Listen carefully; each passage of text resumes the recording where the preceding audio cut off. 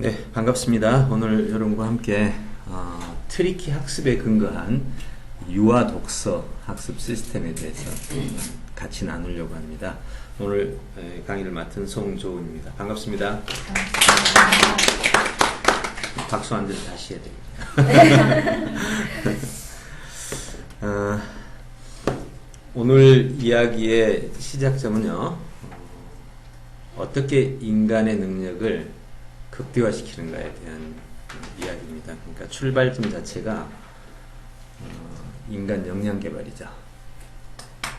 사실 여러분이 이제 유치원, 그러니까 학생들을 가르치는 입장인데, 나이대를 본다면 유치원 전 단계가 유아 영아기가 있고, 그리고 태아가 있고, 그렇죠? 태아 전 단계가 뭔지 아세요? 태아 전 단계도 있나? 네, 태아 전 단계가 엄마 단계, 엄마의 가지고 있는 성향과 지식과 그리고 비전들이 아이에게 미치는 영향이 천재적인 요소를 결정해요. 예전에는 천재가 하늘에서 온다고 그랬는데, 실은 천재를 결정하는 가장 중요한 요소가 엄마 아빠의 모습, 태아기, 유아기, 영아기가 먼저인가요?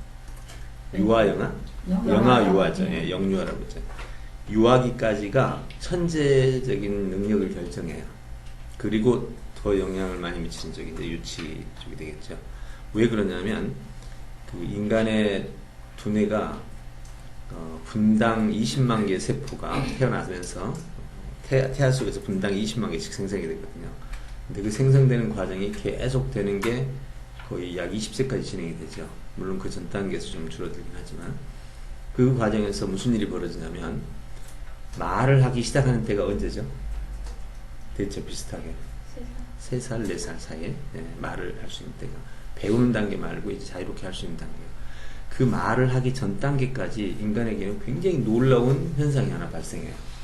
그게 뭐냐면, 말하기 전 단계는 우뇌가 주도권을 갖습니다. 이 우뇌의 주도권이라는 것은 인간에게 있어서는 천재적인 역량을 발휘하는 아주 중요한 시기예요.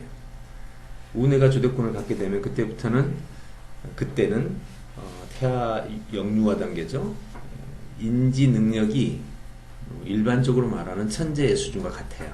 이게 아이들 차 뒤에 태워다니고 이렇게 몇 번 돌면 아이들이 차 모양을 다 기억해요. 그리고 부모들은 보면 그걸 보고 우리 아이 천재라고 그러는데 다 그러거든. 네. 그리고 말을 배우기 시작하면 그때부터는 뇌가 좌뇌로 주도권이 옮겨요. 그리고 평생토록 이 좌뇌가 주도권을 잡습니다. 우뇌가 다시 잡을 때 언제냐? 우뇌가 다시 주도권을 잡을 때가 언제일까요? 치매에 도달하면 네, 우뇌가 잡습니다. 치매에 왔다는 것은 좌뇌가 기능을 포기했다는, 좌뇌가 고장난 상태, 또 좌뇌가 포기된 상태가 자폐아 내지는 정신기능 장애자들, 이런 사람들이 좌뇌가 손상되면서 우뇌의 보상 기능으로 아주 희한한 일이 생기죠. 보셨어요, 그런 거? 3초 동안에 200개의 점을 보여주고 212개 맞추는 거. 말도 안 돼. 오늘 보여줘요? 이런 이상한 현상들이 바로 그런 데서 생기는데, 자.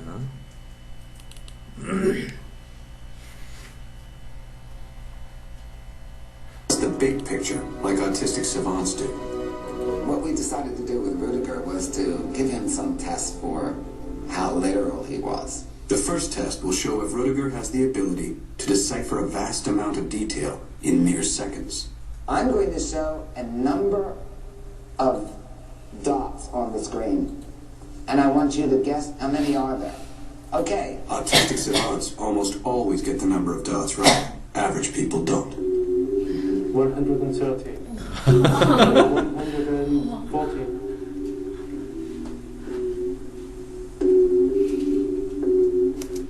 몇 개요? 여러분 보여요? 110. 120. 이게 바로 우뇌의 능력이에요. 그러니까 굉장한 능력이 있죠. 그러면 이 사람에게만 있느냐? 우리에게도 있어요. 단지 우리에게 나타나지 않는 것은 좌뇌 중심형이라서 그렇죠. 좌뇌는 이거 못 읽어냅니다. 우뇌는 약간만 훈련하면 돼요. 챔팬지가 우리보다 계산 속도가 빠르다는 거 아세요? 간단한 계산 속도는 훨씬 빠릅니다. 이런 케이스도 보죠.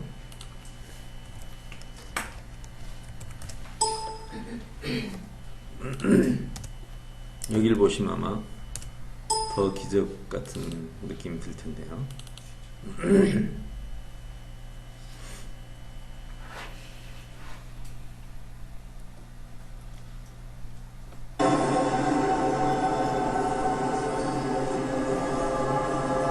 자폐증을 가진 한 남자가 난생 처음 본 도시를 통째로 암기하고 있다. 동경타워에서 동경 전체를 360도로 돌아서 30분간 봅니다. 17 그리고 내려가서 일주일 동안 그림을 그렸는데 이 도대체 빌딩의 배치, 유리 창수, 달리던 자동차까지 그려내는 놀라운 기억력. 자, 어떻게 했는지 봅시다. 이제 그 저 과정을 모양의 빌딩까지는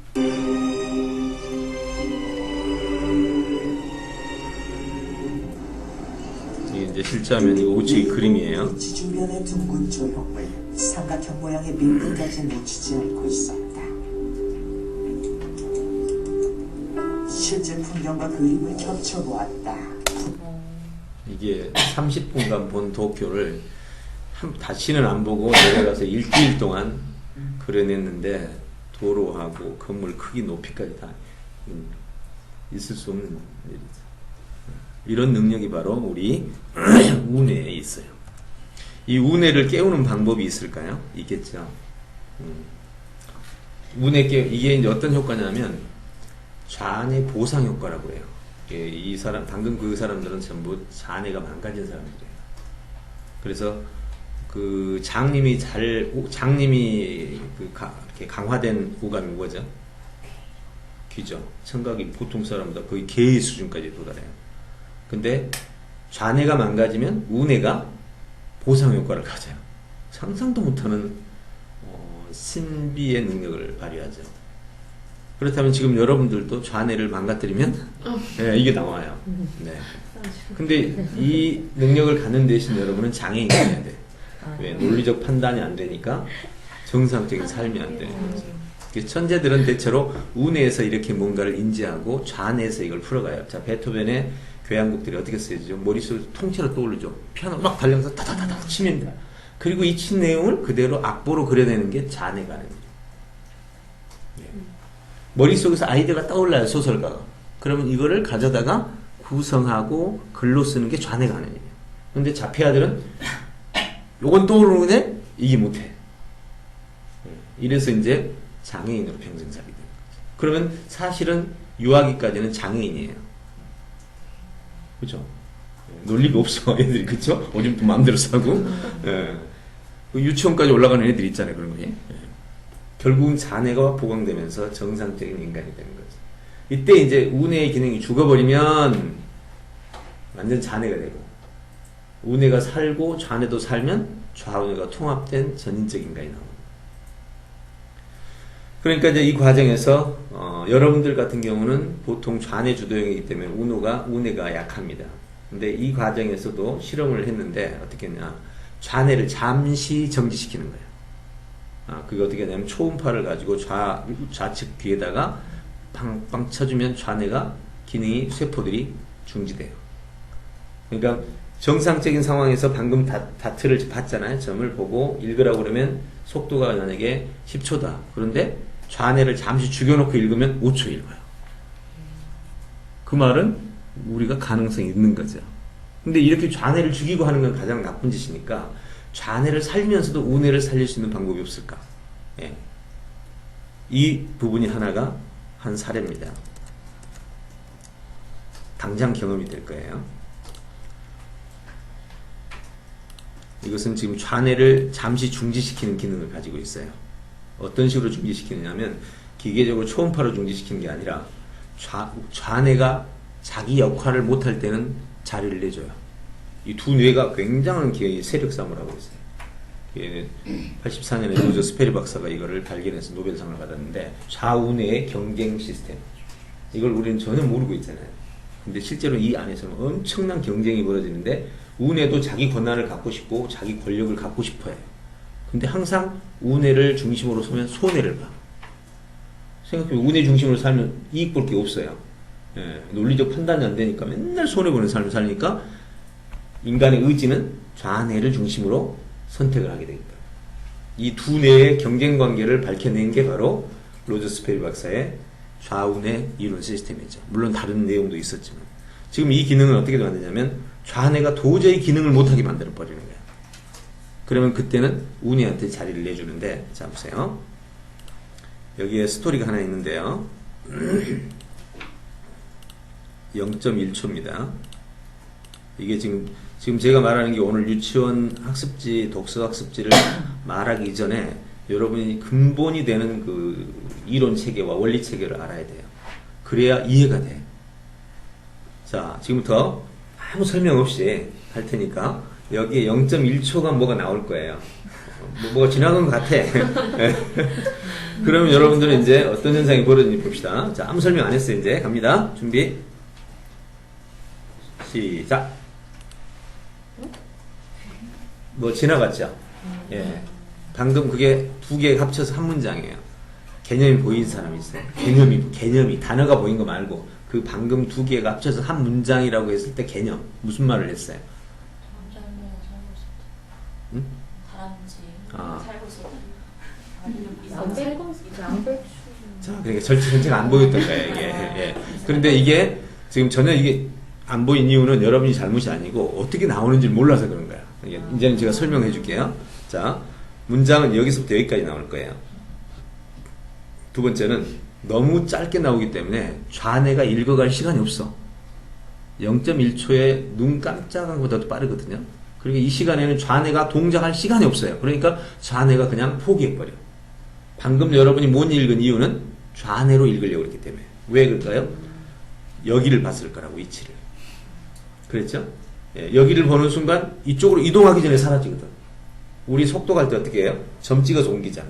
이 방식은 여기서는 최악이야. 여기서는 무조건 좌뇌를 포기하고 우뇌에게 맡겨놓으면 우뇌가 자동적으로 머릿속에서 개념을 떠올려가지고 좌뇌가 그걸 엮어줘요. 그러면서 좌우뇌가 그야말로 기묘하게 자기매기를 하는데 0.1초에 열자가 나와요. 0.1초의 열자가 1분 60초 동안 나오면 몇 자죠? 0.1초의 열자. 그러면 1초면 1초면 0.1, 0.2, 0.3이니까 100자. 그럼 1초면 100자. 1분이면 600자. 아니 6천자가 되죠. 1초니까. 근데 6천자인데 여기서 0.1초 쉬는 시간이 있으니까 3천자 빼니까 분당 3천자가 나오는 거예요. 초등학생이 분당 400자고 수능 지문 진짜 길죠. 그거 읽어내는 게 분당 1200자예요. 그 고등학생을 다 못 읽어. 수능 지문 읽기도 전에 다 끝나간단 말이에요. 그러니까 결국은 기본적으로 천자 이내예요, 대부분.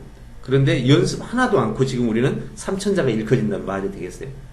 네, 이게 바로 우뇌가 지금 가진 현상이에요. 자, 봅시다. 이제 되나?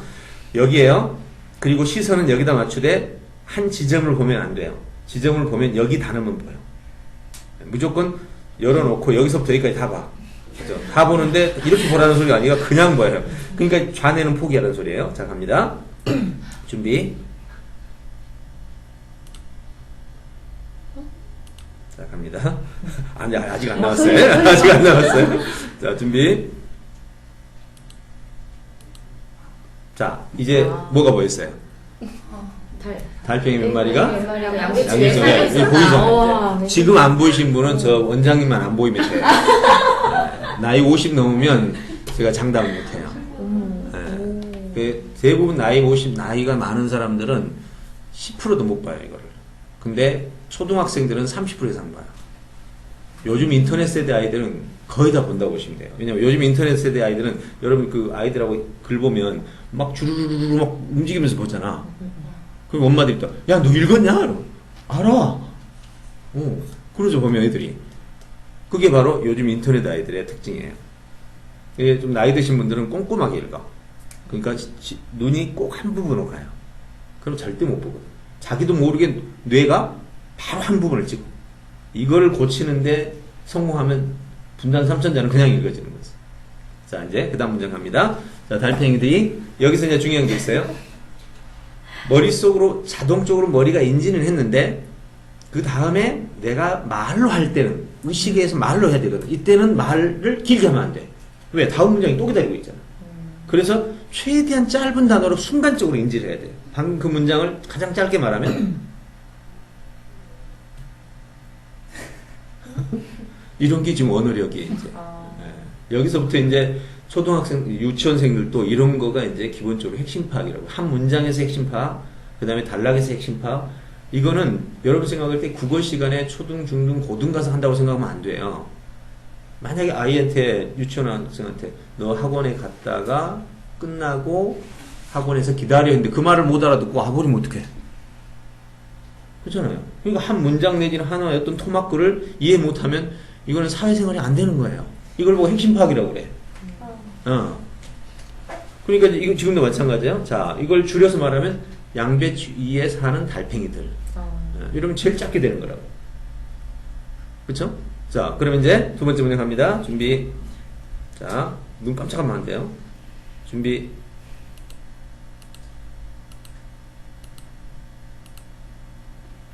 자, 무슨 내용이었죠? 갈가먹고 자랐어요. 어떤 애들이? 어떤 애들이? 누가 달팽이, 누가 양배추를 갉아먹고 살았어요? 달팽이인데 어떤 달팽이라는 게 있었죠? 그 부분을 못 봤죠? 첫 부분에 나와요. 다시 한번 보겠습니다. 자, 갑니다. 첫 부분. 여기 뭐였어요? 등 뒤에 뭐를, 그죠? 짊어졌잖아. 그럼 뭐가 있어? 등 뒤에 뭐, 달팽이가 등 뒤에 뭐 졌어? 껍질이지. 집이지, 그러니까. 네. 그거는 유추해, 이제, 여기서. 앞에 거는 등 뒤에 뭐가 있고, 여기는 짊어졌으니까, 집밖에 없잖아요. 여기서 이제 유추가 일어나는 거지. 자, 그래도 나머지는 간단했죠? 갑니다. 네. 그러니까 뭐, 옮겨다니고 우리가 상관없으니까, 줄이면, 집을 진 달팽이들이 양배추를 먹고 사는 집을 진 달팽이인데 집을 가진 달팽이들. 이렇게 하면 가장 줄여져요. 그럼 두 개를 합치면 또 핵심이 하나 나오죠. 아까 뭐였어요, 핵심이? 처음에 양배추에 사는 달팽이. 그럼 여기 양배추를 먹고 사는 달팽이잖아. 같은 말이네. 양배추를 먹고 사는 집을 진 달팽이들. 집을 가진 달팽이들. 이렇게 하면 딱 줄여지는 거예요. 자, 이것이 반복되는 게 언어예요. 그럼 아무리 길어져도 최강권이어도 주제는 하나밖에 안 나오는 거죠. 이렇게 계속 합쳐지니까. 핵심만 찾아지니까. 이 과정이 반복되는데 여러분은 이제 자, 지금부터 한번 보겠습니다. 한 문장만 더 볼게요. 갑니다. 준비. 뭐였어요? 그렇게 말하지 말고 짧게. 꼬마가 아빠에게 말했어요. 예. 이제 보이기 시작하죠? 자, 보세요, 이제 연습 잠깐밖에 아닌데 다 보여요. 갑니다. 준비. 뭐였어요? 너희는 큰 집 지을 거야. 아주 줄여가지고 커서 큰 집 지을 거자. 예, 이렇게. 예. 그 다음. 다시요. 좀 어려웠죠? 크면 뭐고 작으면 뭐 이렇게 했죠? 뭐 무슨 뜻인 것 같아요? 다시 한번 봅니다.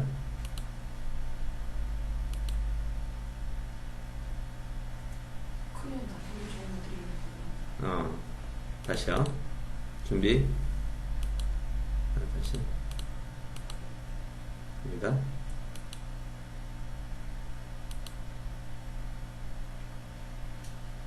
이게 이제 평상시에 어떤 패턴하고 안 맞아서 그러는데, 크면 나쁘고 작은 것이 좋은 것들이 있단다.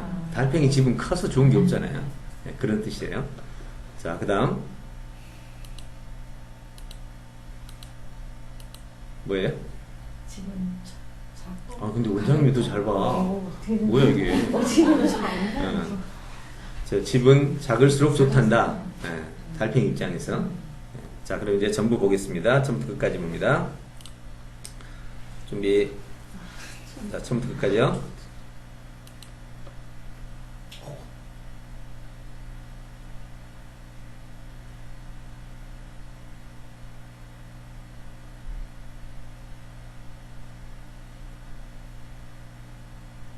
네, 끝났습니다. 자, 스토리 뭐 잡혔어요? 스토리가 무슨 내용이었어요? 전혀 안 잡혔어요? 하나도? 잡힌 사람? 전혀 안 잡혔어요?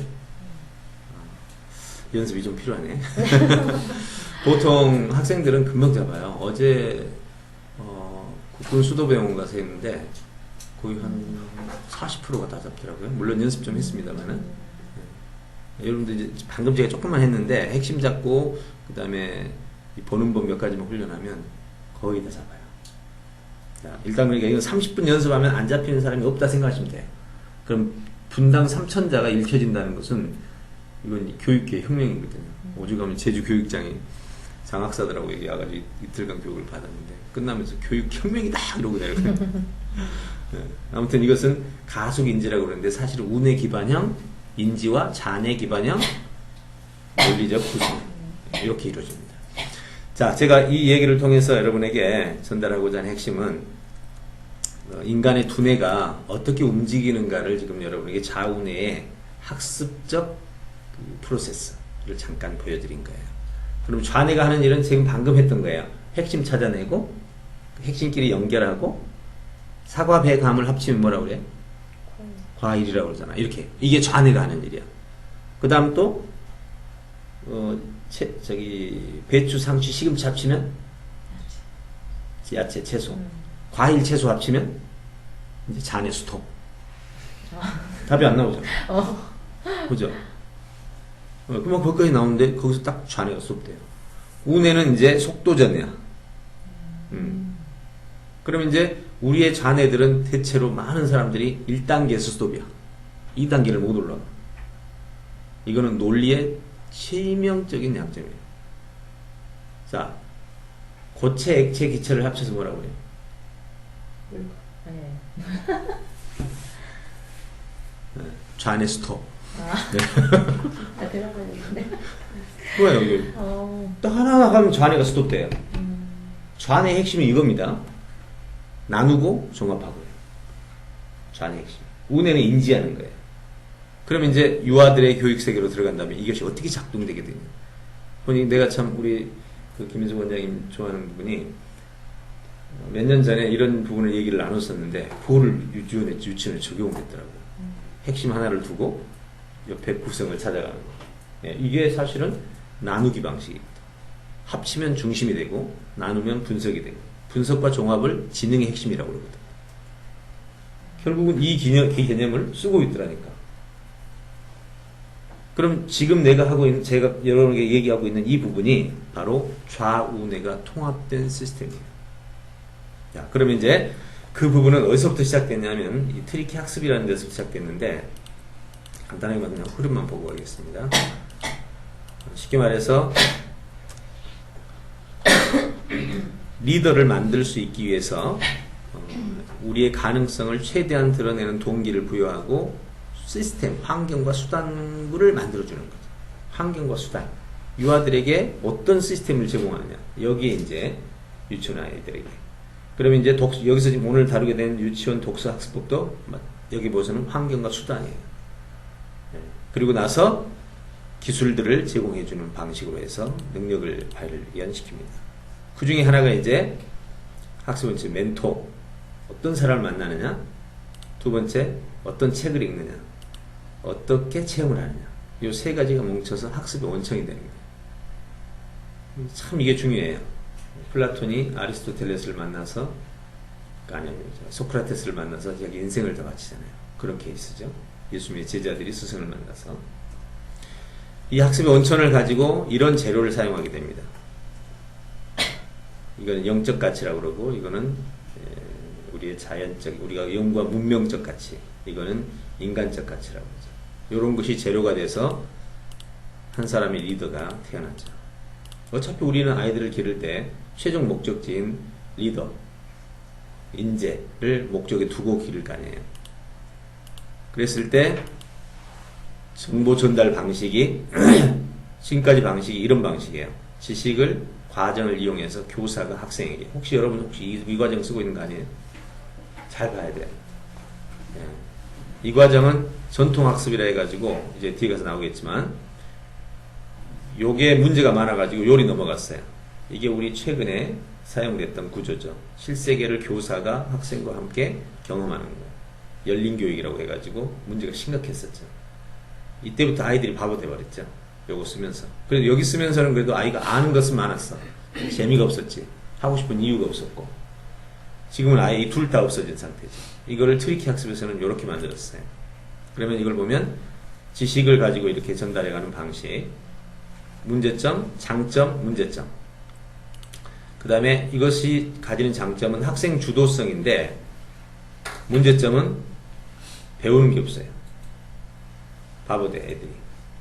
그리고 이제 마지막으로 제가 구현한 방식인데 유산을 중심으로 이 네 가지가 네트워킹 되는 시스템이죠. 자, 이렇게 해서 이제 진행돼요. 여러분 유치원 학생들을 가르칠 때 이런 구조도가 나와야 돼요. 네. 열림학습과 전통학습을 통합한 시스템입니다. 자, 그렇게 해서 이제 학생들을 가르치는 과정에서 우리는 한 사람을 만들어가는데 전체상을 머릿속에 그리죠. 이렇게 전체상을 머릿속에 그리고 네. 여기는 적을 포용하는 인격, 실력, 인류 문제 해결하는 실력. 이 세 가지를 구축하는데 자원 6가지와 재료 4가지, 수단 4가지를 활용해서 한 사람의 인간을 만들어가는 거죠. 물론 이런 것은 그냥 하나의 그림이니까 이런 보기만 하고요. 오늘 얘기는 유아 독서니까, 유치원 독서니까요. 그래서 이런 코칭 시스템이 필요합니다. 이것은 그냥 넘어가도록 합시다. 네. 이거는 진짜 인재를 만들 때 꼭 필요한 내용들이에요. 네. 한 사람의 주도성, 정확성, 가속성, 전문성을 개발해가고 배워야 될 내용들이죠. 이것들이 학교 교육과는 여기밖에 없죠. 나머지는 다 다른 내용들이에요. 그리고 한 사람을 가르칠 때 필요한 도구들이죠. 그래서 이러한 5가지 요소가 뭉쳐져서 리더 인재를 만들어내는데 이 그림을 세부적으로 나누면 이렇게 됩니다. 이게 이제 교수학습의 핵심이에요. 여기서 여러분이 주도적 가속학습 시스템을 만들어내려면 이런 요소들이 선택적으로 일어나는 게 아니라 아예 조직적으로 일어나야 아이의 미래가 달라지죠. 그리고 관리는 이렇게 됩니다. 여러분이 학생들을 관리할 때 관리 기법이죠. 어떻게 목표, 하고 싶게 만드느냐, 인성을 어떻게 할 거냐, 학습 과제, 실력을 어떻게 할 거냐, 능력 관리, 도구 관리, 문제 해결 어떻게 할 거냐, 평가 어떻게 할 거냐. 그래서 2가지 요소가, 이건 인격성, 이거는 합리성. 자, 여기까지가 방금 코치들이 가져야 될, 여러분 선생님들이 가져야 될 모습이고, 여기서부터는 이제 한 사람의 인지 능력을 결정짓는, 한 사람의 천재성을 결정짓는 능력인데, 하나 들으면 열을 알게 만드는 게 여러분 사실은 유치원 때 일어나는 일은 아닌데요. 그때도 잘 기르실 수 있어요. 세상에 가장 뛰어난 학습력은 하나 들으면 열을 아는 거예요. 너무 잘하는 속담이잖아요. 근데 실제로 문일지십이라는 하나의 기술입니다. 이 문일지십이 갖춰지면 아이들은 가만히 놔둬도 천재가 되게 돼 있어요. 그러니까 여러분이 가르치는 아이들 더 이르게는 태아에서 유아, 영아 유아까지 이 단계에서부터 애기 유치원까지가 문일지십을 기르기 가장 좋은 시기입니다. 이때 못 기르면 저는 학교 들어가면 순간부터 이거는 제로입니다. 절대 못 기르요. 이건 정말 비극적인 거예요. 이 기능이 없는 사람은 공부는 하면 안 돼요. 그냥 기술 배워서 먹고 살면 돼요. 생각해보세요. 하나 들으면 열을 아는 사람하고 하나를 아는 사람이 어떻게 공부를 해서 극복하겠어요? 아무리 노력해도 안 되는 아이들 있죠. 그런 아이들이 문일치 1이야. 어떤 애는 들어도 뭐 들었는지 모르겠대. 문일지 0이야. 문일지 10은요, 가만 놔둬도, 안 가르쳐도, 혼자 다 배워. 그런 역량을 이때 길러줘야 된다. 근데 이때 가장 큰 영향을 미치는 게 바로 정보를 빨리 인지하는 가속인지. 이게 3요소인데, 핵심을 빨리 파악하는 거. 아까 봤죠? 딱 지나갈 때 그냥 보고 핵심 파악했죠. 그리고는 그 분야의 정보가 쌓여지면서 문일지십의 기술이 나타납니다.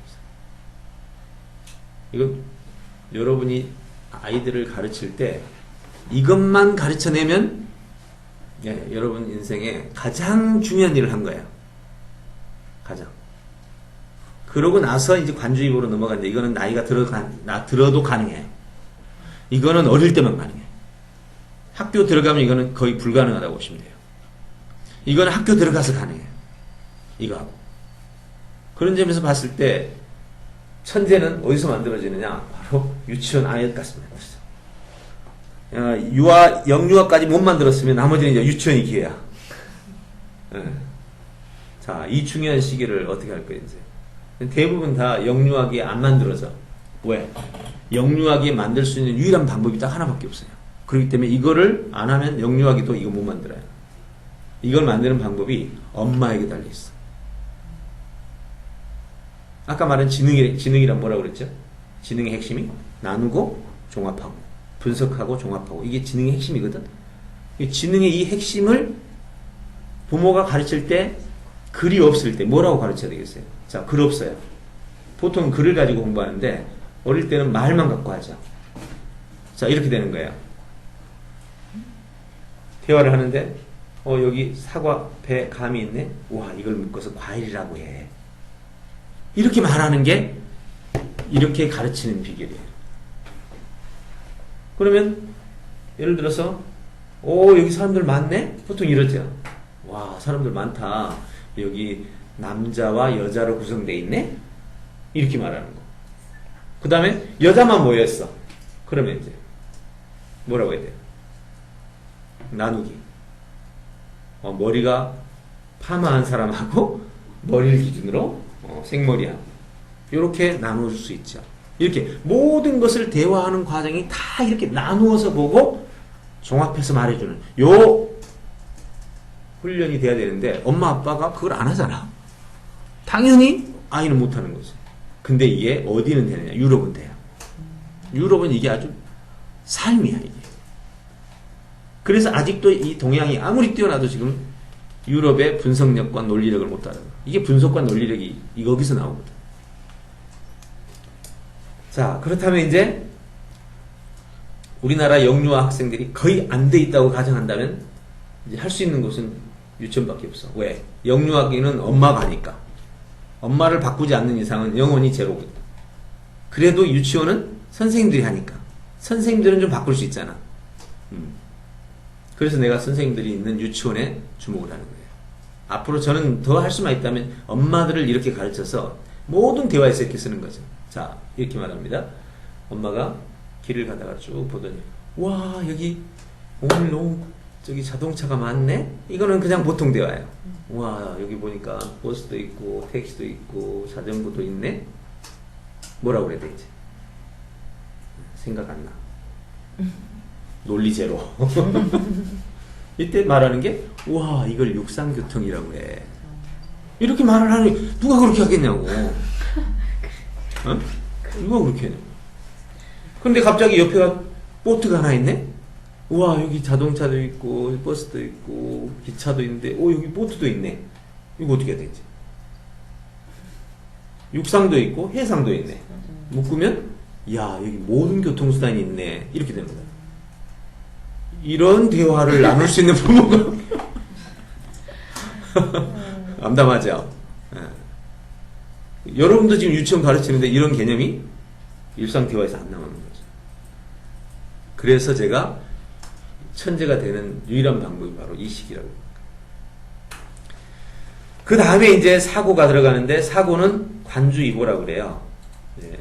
자, 구슬서마를 구슬이 3마리라도 꿰야 보배야. 네, 누구나 아는 얘기죠. 즉 가공력이라고 해요. 가공력. 이렇게 정보가 막 들어왔는데 이걸 가공해서 새로운 걸 만들어내는 능력.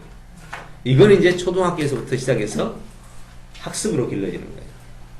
이건 또 다른 능력이기 때문에 오늘은 여기서 다루지 않겠습니다. 제가 지금 하는 교육에서는 이게 이제 주 요소예요. 그리고 이제 가공했으면 이거를 자기 말로, 글로, 행동으로 표현하는 것을 표현력이라고 그러는데, 말로 표현할 때 어릴 때도 말을 잘하면 형산유수가 돼요. 한번 말하면 물 흐르듯이. 글을 쓰는데 썼다 하면 막힘이 없어요. 이걸 보고 일필휘지라고 해요. 행동을 하면 아는 것과 행동이 일치해. 지행, 합일 또는 지행 일치라고. 요 세 가지가 표현의 영역이에요. 제가 한 15년, 20년 전에 지금 오늘 조금 이따 보여줄 이 유아 독서 학습지를 여러분께 보여줄 텐데 그 방법을 썼었어요. 제 딸이 아니라 제 같이 커뮤니티에 있던 스텝의 딸이었는데 이 아이를 모델로 한번 키워봤어. 1.6세 정도 됐을 거예요. 한 6개월에서 1년을 했는데 말을 자유롭게 할 때가 아니잖아요. 2살, 3살인데 28개월, 30년. 어른들하고 농담 따먹기를 한 거야. 와, 내가 그때 그래서 내가 그거를 잊지 못하고 와, 이렇게 가르치면 진짜 천재 되겠구나라고 생각하고 10년 후에 이걸 개발한 거야. 그 자료를 그대로 뒀다가 그걸 개발한 거야. 완전히 제 꿈이 들어있는 학습지였지. 정말 저는 그때 인간이 이렇게 발전될 수 있구나. 근데 이거를 저는 경험하고 나서 뒤에 가서 보니까 아기의 지능은 무한하다라는 책이 있어요. 글렌도만 박사. 혹시 읽으신 분? 없죠? 그 책을 읽으시면 내가 했던 말이 이거는 아무것도 아니야. 1, 2, 3세들이 바이올린을 치지 않나, 철봉을 하지 않나, 수영을 하지 않나, 별 희한한 짓 다 하는 거야. 이건 도대체 무슨 별나라에 온 것 같아. 다시 말해서 그 기간 동안에 아이들의 역량은 정말 무한대였다는 사실을 나는 그때 내 경험으로 알았는데 실제로 논리적으로 입증된 현장이 드러나요. 그러면서 이제 이것이 사실성을 갖게 되고 아이들의 역량을 개발해. 이때 이제 중요한 게 아이들이 어릴 때부터 성장하는 과정에서 이 세 가지가 동시에 길러지도록 해야 돼요. 이 세 가지가 동시에 길러지도록. 물론 이 문일지십은요. 문일지십은 이 관주의보를 담고 있기 때문에 이것만 길러놓으면 관주의보는 그냥 됩니다. 이것만 기르면요. 이 두 가지는 거의 문제는 없어요. 왠지 아세요? 여러분 좋은 책 하나 읽으면 입이 간질간질 그러죠. 누구한테든 말하고 싶잖아. 좋은 정보가 있으면. 문일지십이 되면 아는 게 많아지면 사람은 누구에게 뭔가를 말을 하게 되려고. 또 글 쓰게 돼요. 그래서 결국은 요게 잘 되면 문일지십이 잘 되면 이 두 가지는 자연스럽게 따라오는 선물이에요. 그렇지만 교육적인 측면에서 이 세 가지를 조직적으로 계획적으로 해야 되겠죠. 학교에 가보세요. 학교에 가면 이 셋 중에 뭐만 써요? 초중학교에 얼른 들어가 보세요. 요 셋 중에 요거만 써. 요거는 해본 적도 없어. 요것도 일기 쓰는 거 외에 내가 어떤 글을 써서 설명하고 설득하는 적이 없어. 거의 안 해요. 유럽이나 미국은 어렸을 때부터 대화에서 이게 돼요. 말을 할 때. 부모가 그렇게 묻잖아. 왜 그러는데? 넌 왜 그래 생각해? 문제가 뭐야? 이렇게. 그래서 이 부분이 하나의 핵심 기술이 됩니다. 이것을 기술로 바꾼 게 요거예요. 7가지 기술인데 방금 첫 번째 아까 그 분당 3천자 읽었죠. 이게 가속 인지 기술. 이거는 다중 듣기 요약 기술이라고 그러고 이건 핵심 파악 기술, 정보 구성 기술, 이게 관주의보 기술, 창의 발표 요약 기술, 실행 관리. 이 7가지 기술이 최근에 홈페이지북에 제가 하고 있는 일의 위상을 완전히 바꿔버린 거죠. 제주 교육청에서 교육장이나 장학사 여기서 교육을 받지 않나 대교의 눈높이 사장단 임원들이 와서 강의를 듣고 충격에 빠진 다음에 자기 아이들 40명을 캠프를 하라고 데려다 주질 않나? 캠프 끝나니까는 바로 그냥 지금 이 기술들을 대교에서 쓰겠다고 가져가겠다고 요청하질 않나? 조선일보에서는 지금 캠프하자고 지금 대기하고 있질 않나? 부산일보는 아예 그냥 같이 하고 있질 않나? 전국이 한바탕 지금 난리를 피우고 있어요. 예. 왜? 인간의 기본 기능이라고 그래요. 요거는 저 국영수사가가 아니에요. 말을 잘한다. 이거는 국영수가 아니죠. 예. 이래서 이것이 갑자기 확산이 되면서 일이 벌어진 거죠. 근데 이 모든 이야기의 뿌리는 바로 지금부터 얘기하는 내용에 달려 있습니다. 자, 그럼 이제 오늘 본론으로 들어가 보죠. 제가 20년 전에 아이를 테스트했던 그 이야기, 실험했던 그 과정을 10년 후에 와서 이제 설명 학습 유아 독서 학습지로 이제 제작을 했죠. 이 제작한 내용이 바로 이겁니다. 그때 제작을 해가지고 완성을 해서 끝내지를 못했어요. 왜냐하면 그때 당시에 제가 만든 학습지가 6개가 있었는데 6개를 동시에 만들었어요. 독서, 독해, 글쓰기, 듣기 학습지 이렇게 만들어가지고 초1에서 고3까지 다 만들었으니까 엄청난 양이 만들어졌죠. 그래서 그거 만들고 나서 이제 대기업에서 $1,000,000를 투자를 받고 하느라고 요거는 사실 뒷전으로 밀린 거야. 왜? 당장 수익보다는 내 꿈에 달려있으니까 수익 쪽에서 밀렸죠. 그래서 개발을 하다가 중단된 거예요. 그래서 이제 실제 이 학습지는 당시에 유치원하고 손을 잡고 여기서 개발하면 유치원에서 실험하고 바로 피드백 가서 수정하고 이렇게 했던 학습입니다. 그냥 한 건 아니에요. 자, 보면 이건 뭐 그냥 넘어가죠. 써볼게요. 연구소 연구하고 소개는 보면 독서 동기부여를 통해서 다양한 책을 접하게 하고 어휘력 향상, 반대말, 흉내내는 말을 지각하고 뭐 등등 창의력 요구하는 질문 등등 특징입니다. 갑시다. 이따가 책만 직접 보도록 하죠. 학습지 구성, 그 다음에 영역별로 제목이 붙어 있죠. 눈 반짝반짝, 효과, 연상, 기억, 표현, 그 다음에 귓도리또리, 듣기, 발표, 예측, 머리 쏙쏙, 반대말 비슷한 말, 어휘력 쓰기, 생각 곰곰, 그 다음 여기서부터 이제 샘플입니다. 자, 이제 쭉 돌아가고 학습지 기대 효과, 이거는 여러분들이 드릴 테니까 집에 가서 자세히 보세요. 이러한 학습지 기대 효과, 프로그램 진행 방식, 학교에서 하고 가정에서 하고 유학교에서 하고 그리고 지원사로 이제 자, 그럼 이제 이 학습지의 기본이 어떻게 돌아가느냐면 먼저 학습지가 있습니다. 자, 1단계 하나만 불러보죠. 워크북에 방금 영상 띄우는 게 이겁니다. 자, 페이지. 자, 이게 이제 학습지 책이랑이라는, 책은 가나다 아기진 아들이라는 책이고 그 책을 가지고 책이랑을 만들어 놓은 겁니다. 자, 1쪽을 가면 책 속으로 퐁당 하면서 첫째 날. 자, 보면 이제 이걸 봐야 되겠죠.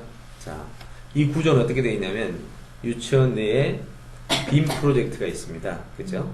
빔 프로젝트가 있는데 하나만 갖고 얘기합시다. 원래는 제 생각은 천장에 사방벽으로 빔 프로젝트 4개가 설치되고 4개가 설치되면 저쪽은 자연, 이쪽은 식물, 동물, 식물, 뭐 인간 사회 뭐 이렇게 해서 빔이 계속 도는 거죠. 그럼 아이들은 수업할 때만 이거 하나만 쓰고 나머지 쉬는 시간에는 항상 저기서 이 전체적인 삶을, 왜냐면 인지 효과니까. 근데 지금 이제 이거 하나만 얘기합시다. 자, 빔이 틀어지면 이제 스토리가 이렇게 나옵니다. 제일 먼저 이걸 먼저 보여주죠. 갑니다.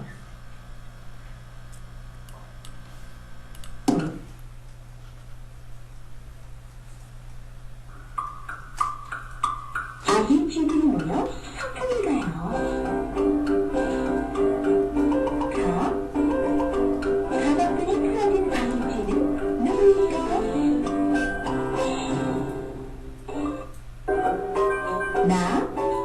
나무 뒤에 숨은 아기쥐는 누구일까? 다리 위에서 넘어진 아기쥐는 누구일까요? 자, 이렇게 해서 가나다라 해서 학까지 나오는 얘기예요.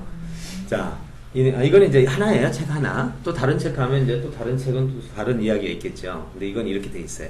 자, 이 내용에서 스토리가 나오는데, 자, 여기서는 그림이 나오고, 그 다음에 음성이 나오고, 글자가 나오죠. 그럼 우리가 이걸 한다 그러면 아이들은 이 음악과 이런 거에 따라 따라하게 되겠죠. 자, 그러면 제일 처음으로 가볼까요? 우리도 이제 따라하게 되죠, 당연히. 처음에 이제 이걸 들으면서 아이들하고 이제 따라합니다. 같이 해봅시다. 아기 친구는 뭐요? 소풍인가요? 시작. 아기 쥐들이 모여 소풍을 가요. 네, 이렇게 따라서 합니다.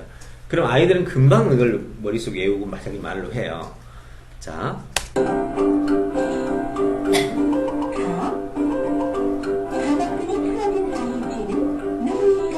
자 시작. 가방끈이 풀어진 아기쥐는 누구일까? 예, 이렇게 해서 이제 따라하고 모션도 따라하고 예, 뭐 숨어있는 아이는 숨어있는 걸 따라서 하고 막 이렇게 하면서 액션이 계속 진행이 됩니다. 자, 이것을 이제 몇 번 반복을 하되 이거를 재미없이 하면 안 되죠. 아이들의 학습의 핵심은 재미죠.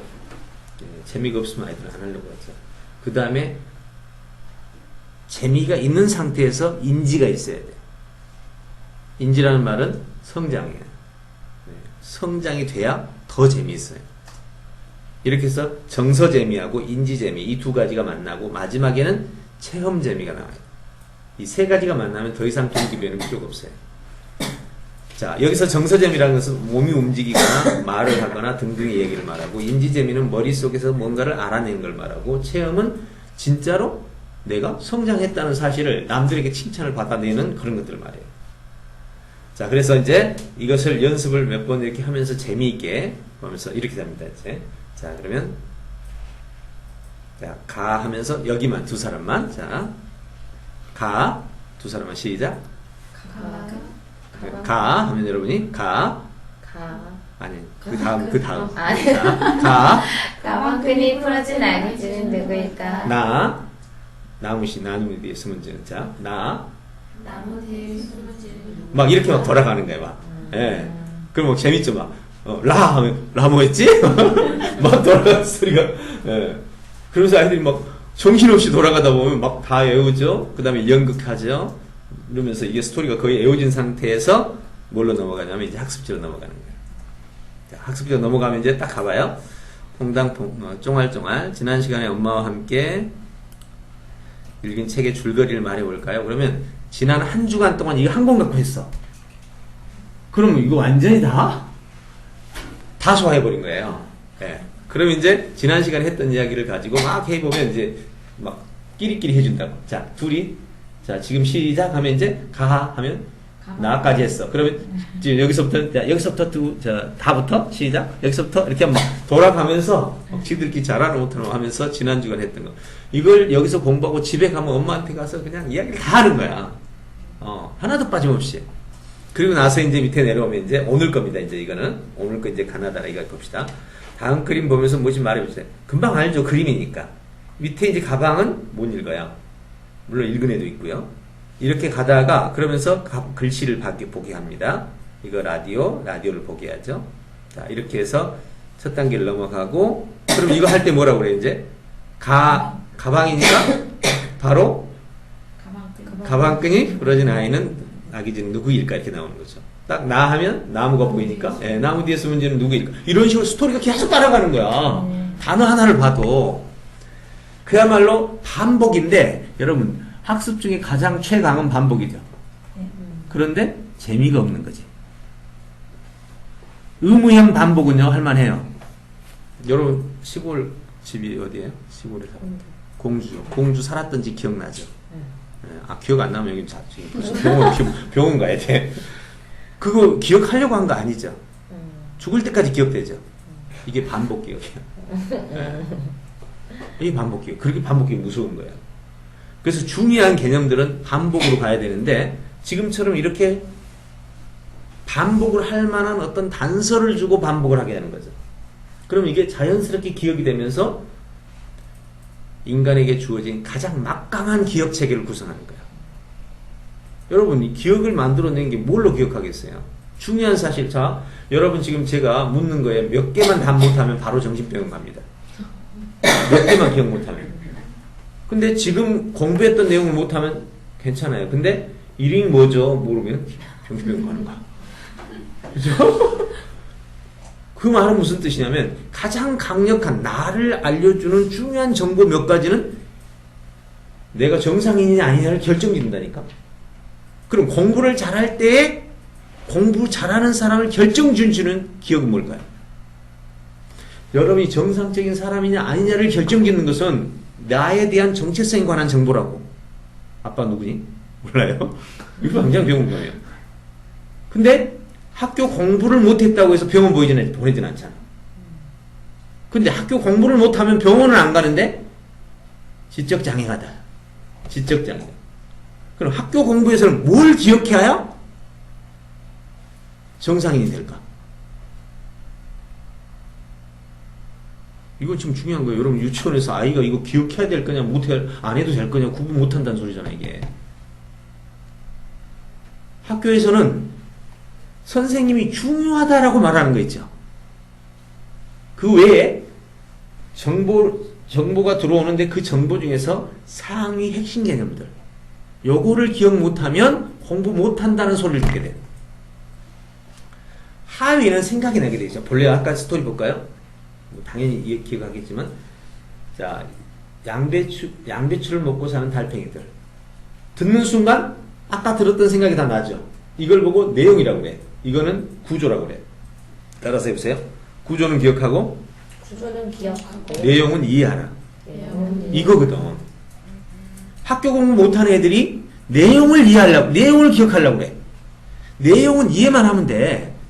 이해한 거는 머릿속에 남아있다는 소리야. 그리고는 구조를 기억해야 돼. 구조는 단서야. 그 단서를 가지고 내용을 끌어내거든. 학교 공부를 못하는 아이들이 다 여기에 걸려있는 거야. 방금 내 자신에 관한 정보 몇 가지는 무조건 외워야 되는 거예요. 학교에서 공부할 때 이 구조적 정보는 무조건 외워야 되는 거예요. 이게 공부하는 방법이거든. 내가 정상인이 되는 방법과 공부에서 탁월한 아이가 되는 방법. 여기서 결정돼요. 결국 이런 것들이 인출부호에 속하는 거죠. 자, 그 다음 페이지 넘어가면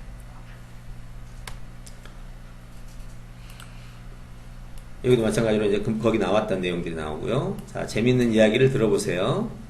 동화를 다시 한번 읽어주고 서로 또 활용하고. 그러니까 계속해서 이거 보고 나서 또 같이 나누고 이야기를 잘 듣고 한 문제 따라 해보기. 이런 거 따라하기. 그 다음에 이제 여기서는 뭘로 넘어가죠? 그림을 보고 답하세요. 떨어진 가방은 몇 개인지 세보세요. 자, 마침 못 봤죠? 몇 개인지. 이제 다시 그림을 보여주고 몇 개인지를 막 인지한다고.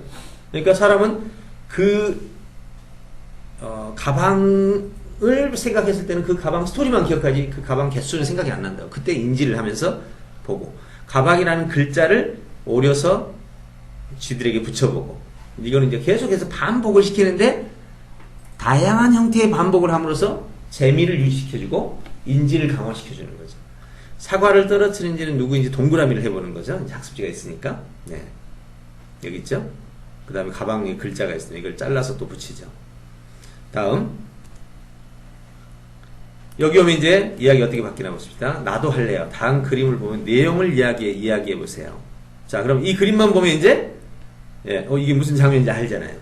그러면 이 그림 딱 보여주고 저쪽 팀 이렇게 혼자 하면 좀 창피하니까 둘이씩 묶어주는 거야. 그럼 둘이씩 묶어서 뭐라고? 가방끈이 풀어진 아기는 누구일까? 여기는 나무 뒤에 숨은 쟤는 누구일까? 뭐 그림만 보면 다 나오는 거야. 이렇게 해서 돌리고 그 다음에 여기도 마찬가지입니다. 그리고 이제 오늘 하루가 끝나는 거예요. 이게 하루치예요. 그러면서 이제 오늘 배운 줄거리를 엄마 아빠한테 가서 얘기를 하고 자랑하고 다음날 올 때 또 이걸 가지고 나누는 시간 같죠. 자, 그 다음 두 번째 날입니다. 책 속으로 퐁당. 자, 두 번째 날. 이제 뭐가 달라졌죠? 달라진 게 뭐예요? 이 그림에서. 아까 달라진 게 뭐예요? 그렇죠. 그림과 글자가 분리됐죠. 분리됐다는 말은 이제 애들이 이것과 이거 관계를 생각해서 찾아나가는 거죠. 그럼 이제 밑줄 긋기를 해서 찾아나가면서 또 이때도 어떻게 해야 돼요? 가방이니까.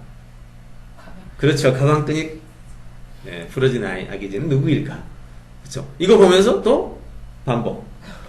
이게 도대체 몇 번을 하는지 몰라요. 4일 지나면요. 뇌 자체가 애가 뇌.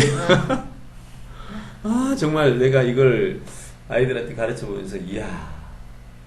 언어력이 이렇게 빨리 자랄 수 있겠구나. 한 달, 두 달? 여러분 정말요. 애 보면서 놀래 자빠진다니까. 야, 이럴 수 있구나. 이렇게 빨리 자랄 수 있구나. 그러면서 무슨 현상이 생기냐면 들었던 언어들이 내부에서 조합되면서 이제 막 언어가 창조돼요. 그러면서 그 아까 3살짜리도 안 되게 농담 따먹기를 하는 거를 봤다. 그 다음에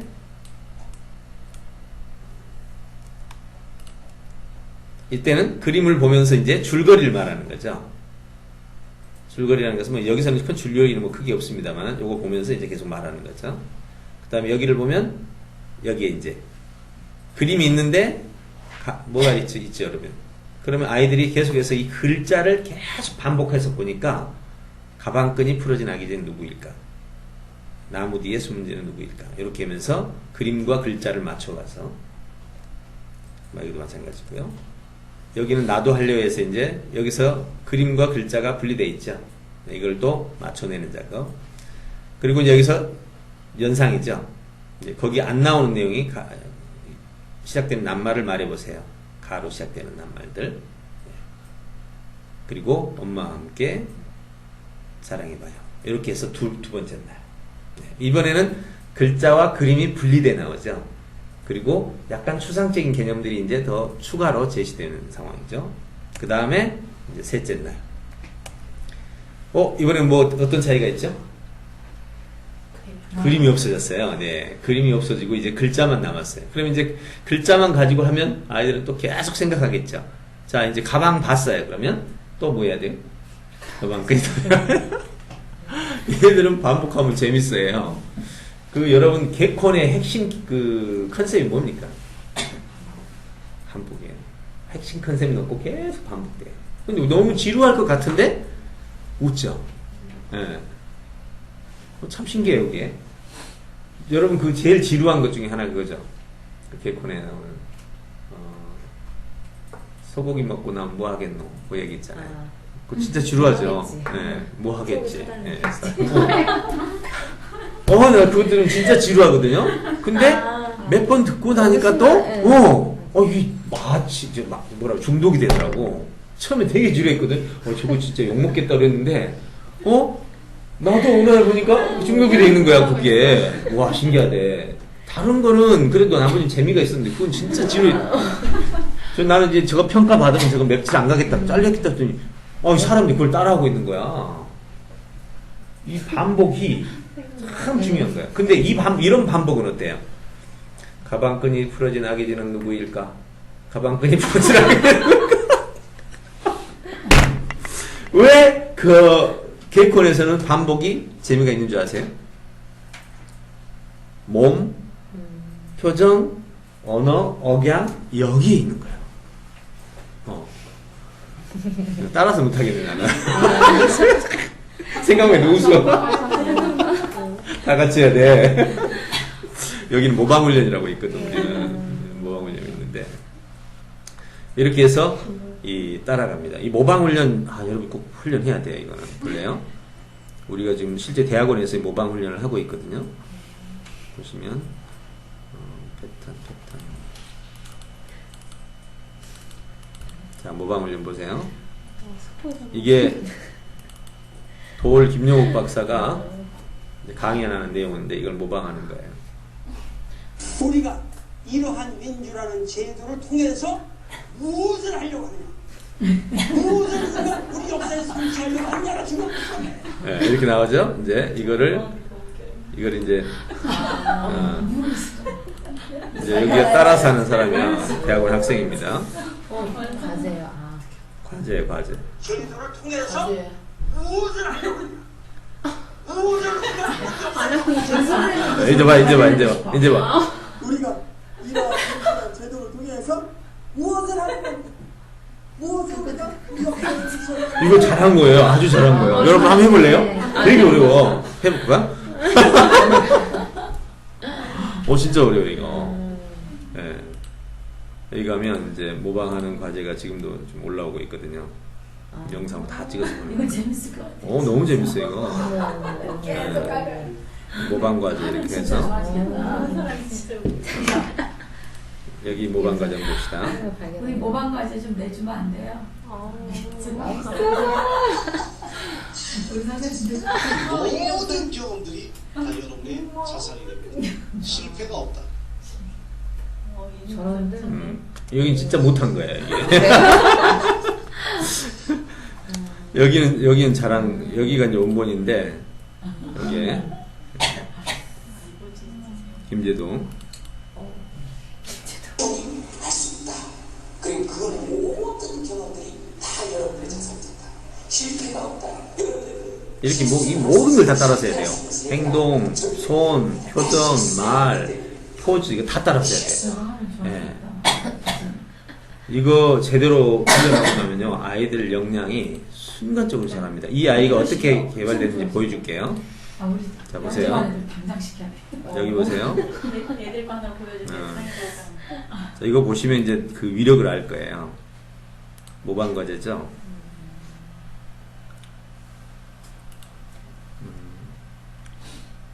그 저기 뭐죠 이기적인 특허서 있죠. 네. 보면 개콘에서 하는 거. 자, 반갑습니다. 이재현 특수 출사 이특 소장님 반갑습니다. 네, 이런 식으로 자. 이런 식으로 이제 따라서 하는데 이런 훈련을 반복하는 아이들이 보여준 결과입니다.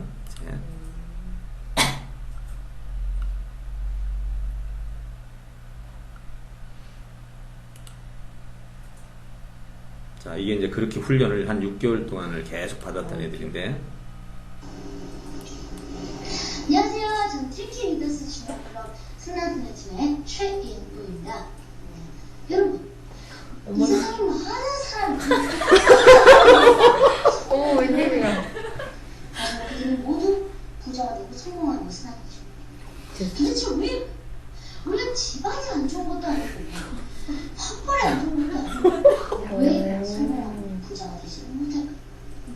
그런데 진짜 가난한 가정에서 태어나서 모진 고난을 겪고 성장했지만 대한민국 최고의 대기업 회장이 된 분이 있습니다.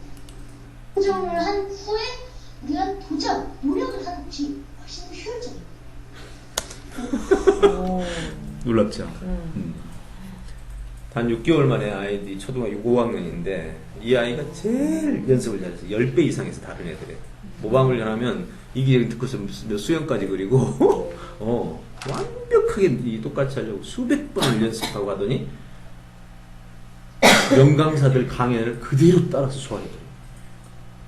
완전 250명 그 관악구청에 모인 사람들 완전 거의 그냥 투하시켜버렸어요. 그랬더니 아무튼 그런 얘기인데 이게 모방 훈련의 핵심이에요.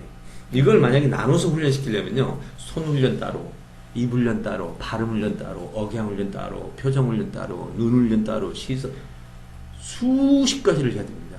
그리고 통합이 안 돼요. 근데 모방 훈련은 하나의 액션 가장 잘하는 사람 거 하나를 놓고 그대로 100% 따라하는 거예요. 따라하기 기법이 있어요. 오죽하면 대학원에서 한 수업 학기라니까 이게. 그렇게 해서 자기 자신을 명강사로 만들어가는 거예요. 이게 이제 모방 훈련인데 이건 어릴 때 가장 중요한 훈련이에요. 그러면 우리 영재한 아이들이 좋아하겠다. 정말 중요한 훈련입니다. 예. 그렇잖아요. 자, 그래서 이렇게 이제 해서 자 이런 것들을 하면서 이제 모방 훈련을 아까 하는 거 아니면 똑같이 해주는 거죠. 이제 여기에 이제 지금은 애니메이션이잖아요. 그런데 이제 실제로 그 사람이 나오는 영상 같은 경우는 이제 따라하는 모방까지 하는 거죠. 예, 말하는 모방. 예, 학생들 그 TV에 나와서 말하는 애들 말 잘하잖아요. 같은 또래 아이들도. 그런 아이들을 그대로 모방하는 거예요. 그러면 자기가 그대로 돼요. 이렇게 해서 이제 모방과 학습 이 두 가지가 반복되면서 어느 날 보면 완전히 달라진 아이의 모습을 보게 되는 거죠. 자, 이렇게 해서 종알종알하고 그 다음에 여기서는 이제 어떻게 되나요? 이 그림에 여기 글자를 집어넣는 거죠. 네. 그러면 자라에 올라탄, 그렇죠? 차도로 뛰어가는 아이스크림을 먹는 이 글자들을 찾아서 이제 연결하는 작업. 그다음에 글자 연결. 여기는 이제 뭐죠? 다음 그림을 보고 아기들이 왜 그렇게는 여기서부터 이제 뭐가 들어갔어요? 추상, 예, 추론입니다. 아기지가 왜 나무 뒤에 숨었을까요? 답 없죠. 이제 뭐예요? 이제 다 자기가 생각해내서 말하는 거죠. 예. 그리고 왜 사과를 떨어뜨렸을까요? 다양한 상황을 다 연출시킵니다. 예. 이때 이제 뭐가 나올까요? 구조가 나와요. 사과를 떨어뜨릴 수 있는 상황은 크게 나누면, 자 일단 해보세요. 사과 떨어질 수 있는 상황, 자 불러보세요. 한번 생각나는 대로 해보세요. 친구가 중요해요.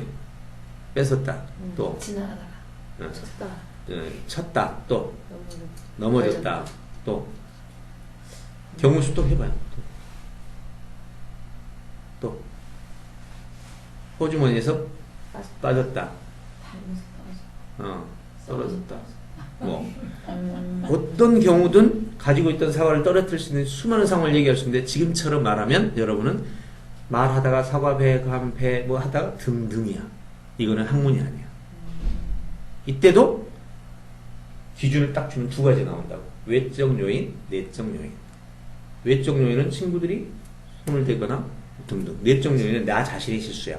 딱 둘로 나눠지잖아. 이런 걸로 구조하라고 해. 선생님이 못하면 누가 해?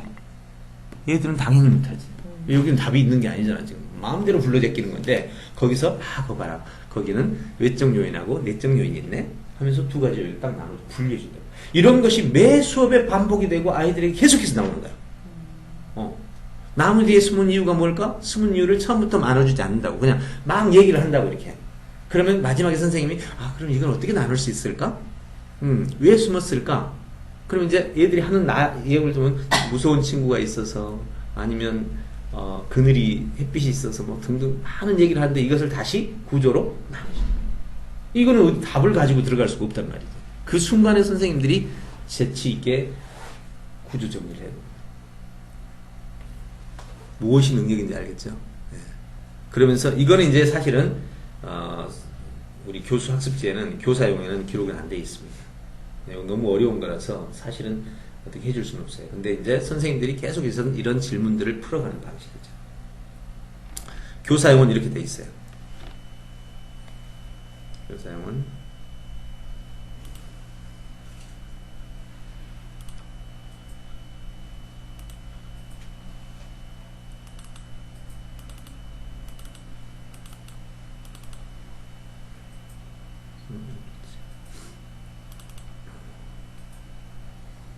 이렇게 해서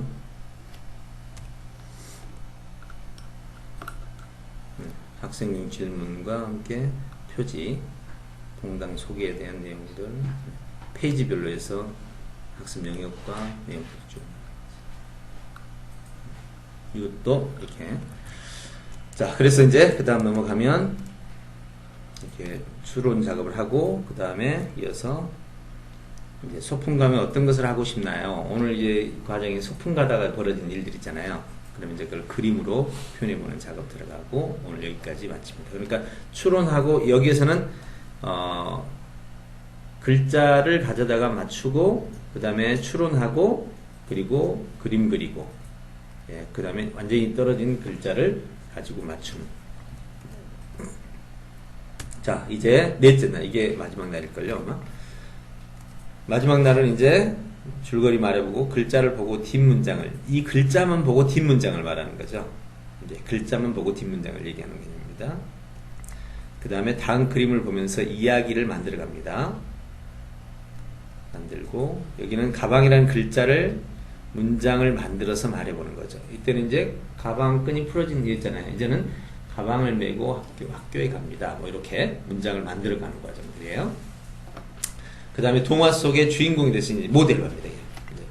사실 이제 모방 훈련은 이미 앞에서 했지만, 여기서는 이제 흉내를 내보는 방식으로 들어가는 거죠. 하나 학생 한 학생이 흉내를 얼마나 잘해요. 이때도 이제 모방 훈련인데, 이게 모방 훈련에서, 근데 여기서는 모방이 어려워요. 왜냐면 이거는 애니메이션이기 때문에 사람이 직접 움직이는 게 없잖아요. 그러니까 이거는 자기 나름대로 움직이는 거죠. 어떤 아이는 이렇게 할 수도 있고, 어떤 아이는 이렇게 할 수도 있고, 이렇게 하는 것이 여기서는 이제 자기 모방 창조라고 볼 수 있어요. 그리고 이제 추론이에요. 여기도 갑자기 화장실을 가면 어떻게 할까요? 다리에 넘어져 물에 빠지면 어떻게 할까요? 다 이제 여기는 how를 말하는 거죠. 아까는 원인을 물었다면 지금 이제 how. 대안을 찾아가는 방식이에요. 이렇게 해서 학습지가 한 세트가 4회차로 구성됩니다. 이것을 이제 하루에 1시간 뭐씩 하시는 2시간씩 하든지 이것만 꾸준하게 매주 해 나가는 방식으로 해서 아예 언어력 자체가 완전히 달라지게 하는 그런 구조의 학습이죠. 자, 오늘 여기까지 전체 그 학습의 내용, 그리고 어떻게 학습하는지 방법, 그리고 그 프로세스 정리를 해봤습니다. 이걸로 인해서 기대되는 학습 효과가 있다면 첫째가 뭐냐면 영상을 보고 그대로 따라하는 과정에서 그러니까 전반적인 요소가 함께 달라져요. 전반적인, 그러니까 언어의 전 요소죠. 보세요. 듣고 말하고 읽기 쓰고죠. 그럼 여기서 지금 쓰기가 지금 좀 빠지긴 한데 듣고 따라하고 말하게 하고 그 다음에 읽고 이제 쓰기가 강화될 수 있는 수준에 있다면 쓰면 되겠죠. 전체적인 언어의 기능이 향상되는 부분. 그 다음에 액션을 따라서 하는 액션 훈련, 모방 훈련이 일상화돼요. 그래서 누가 무엇을 하든지 잘 따라하는. 여러분 생각해 보세요. 김연아 그대로 따라서 하면 내가 김연아예요. 맞죠? 이 모방이라는 것은요, 모방의 대상이 중요한 거예요. 잘하는 사람을 모방하면 나는 수준이 올라가요. 그래서 잘하는 사람을 보여줘야 돼. 근데 영상이 잘하는 것들이 많잖아. 이래서 좋은 영상들을 끊임없이 제공하면서 보여주는 그 방식으로 넘어가는 거죠. 그래서 언어의 전체성, 그 다음에 액션의 전체성, 그 다음에 추론 과정들이 제공이 되죠. 추론들을 하는 과정에서 추론 영역, 그러면 사고 영역이죠. 그래서 인지, 사고, 표현이라는 세 영역이 트리키 학습의 세 영역이 동시에 개발되는 시스템이 이 책이랑이라는 학습지가 되는 겁니다. 자, 오늘 여기까지 한번 정리해봤습니다. 그래서 이걸 가지고 가서 이제 여러분들이 적용을 하는 과정이 필요한데요. 제가 이제 바라는 바는 이게 이미 이전에 테스트가 다 돼서 제가 20년 전에 테스트를 했고 학습지를 만들면서 테스트를 했고 이제 여러분들도 돌아가셔서 한번 테스트를 하는 과정에서 테스트 과정에 꼭 필요한 게 있죠. 보고서. 보고서를 써야 여러분도 뭐 하는지를 안다고. 이게 지금 단계가 몇 살? 현재 단계가 4, 5세, 6세, 7세 3단계로 나눠져 있어요. 금방 그거. 예, 4, 5세. 7단계 한 번만. 7단계 하나만 볼까요?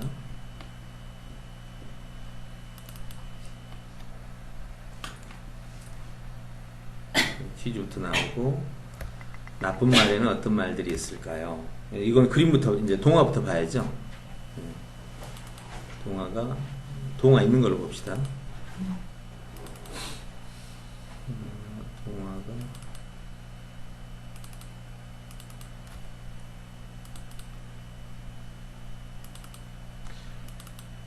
동화가 어디 있더라? 이게 이 동화 자체가 어디에 있냐면 그 애니메이션 동화거든요. 그래서 그때 우리가 뭘 썼냐면 북토피아라는 사이트에 들어가면 애니메이션이 있어요. 그래서 이거는 굳이 안 해도 되고 모델로만 저걸 해놓은 거거든요. 그래서 소다미의 수수께끼를 치면 소다미의 수수께끼라는 동화가 있어요. 그걸 틀면 바로 인터넷으로 바로 나와. 예. 그러니까 그때 방식이 어떻게 했냐면 회원가입을 한 사람만, 유치원에서 한 사람만 하면 돼요. 예. 그러면 그냥 그 동화는 다 쓸 수가 있잖아요. 예. 이렇게 해서 이제 썼기 때문에 여기는 따로 안 하고 이제 제가 아까 아기쥐는 미리 제가 카피를 해서 설명하는 용으로 만들어 놨었어요. 아마 지금도 지금 7, 8년이 지났으니까 제가 사용 안 했으니까 잘 모르겠는데 없으면 그거를 아마 있을 거예요. 컨텐츠이기 때문에 아마 사라지는 않았을 거고요. 그래서 한번 요거는 좀 더 논의해서 만들어 가고요. 지금 컨텐츠가 완성이 안 된 거예요. 하다가 중단이 됐어요. 그렇기 때문에 이제 여러분이 사용해보고 너무 좋다.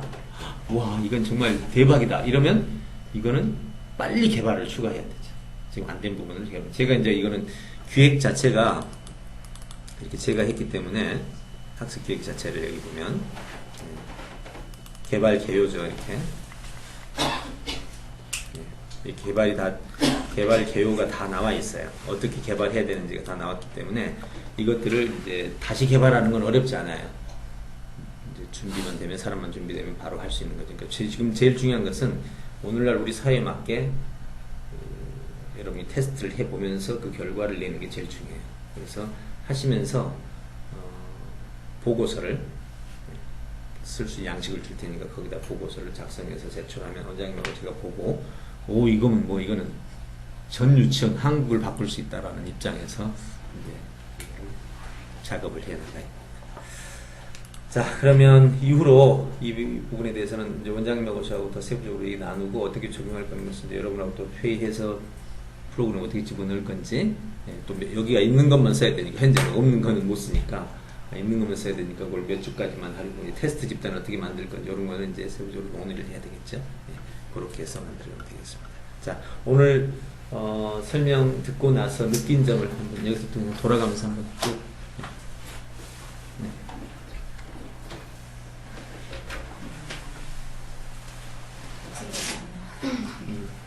괜찮아요.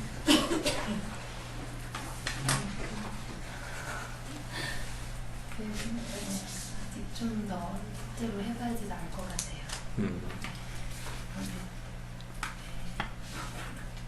느낀 점 말하기 되게 힘들죠. 네. 이 느낀 점을 말하는 것도 기술이 있다면 어때요? 여기 기술이 있어요. 제주도 교육청에서 선생님들이 왔다가 이틀간 교육받고 가면서 가장 도전받은 것 중에 하나를 이 의견 말하기라고 그랬어요. 이거 배우면요, 어린이 애들부터 어른들까지 말하라고 그러면 언제든지 말해요. 언제든지. 네, 그런 기술이 있습니다. 느낌을 어떻게 나누냐면, 느낌이 뭐죠? 내 감정을 표현하는 거. 느낌은 그 두 개밖에 없죠. 기쁨과 슬픔이에요. 다시 기쁨은, 자, 오늘 얘기 듣고, 자, 제가 불러볼게요. 공감이 갔어요. 호감이 갔어요. 감동이 있어요. 감탄이 있어요. 감사가 있어요. 이 중에 어디 한 군데에 속했을까요? 공감, 호감, 여기 하나 보여줄게요. 굉장히 중요한 이런 것들이 바로 한 사람의 역량을 만들어요.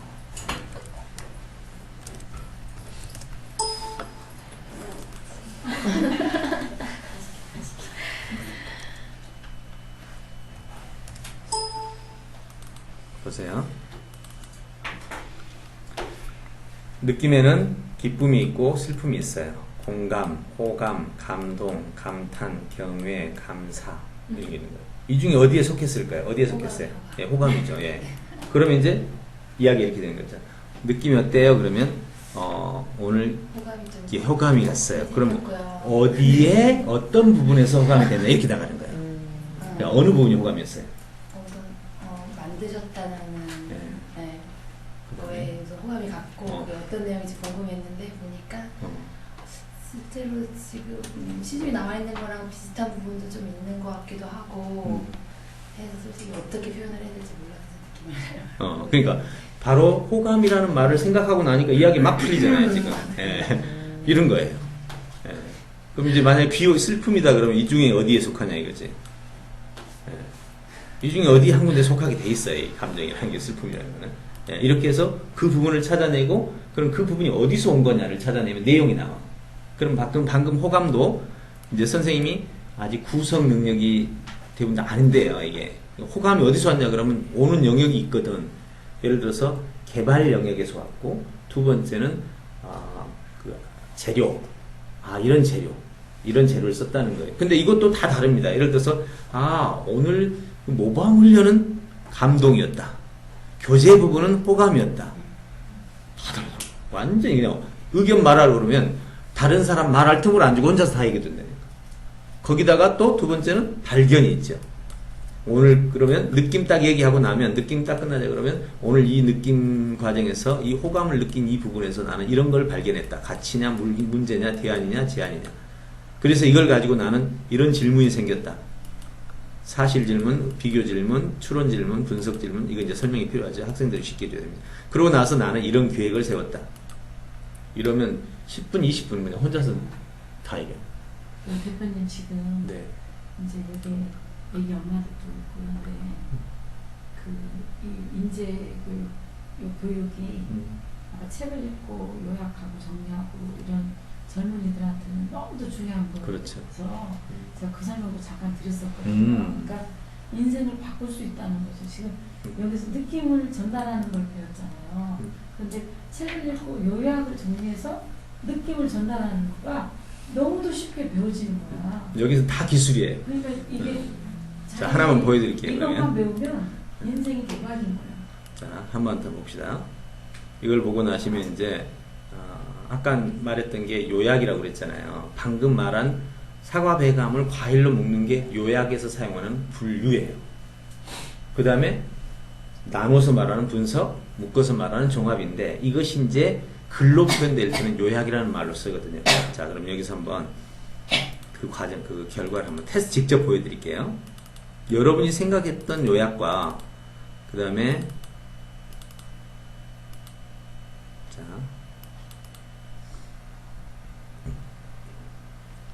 자, 하나의 저기만 가지고 해봅시다.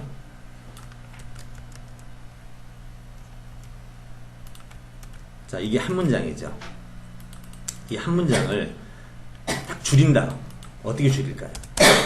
요약입니다. 이 한 문장을 딱 줄인다. 그런데 우리가 생각할 때 여러분한테 한번 이거 줄이라고 그러면 어떻게 할지 한번 이거 한번 해보시죠.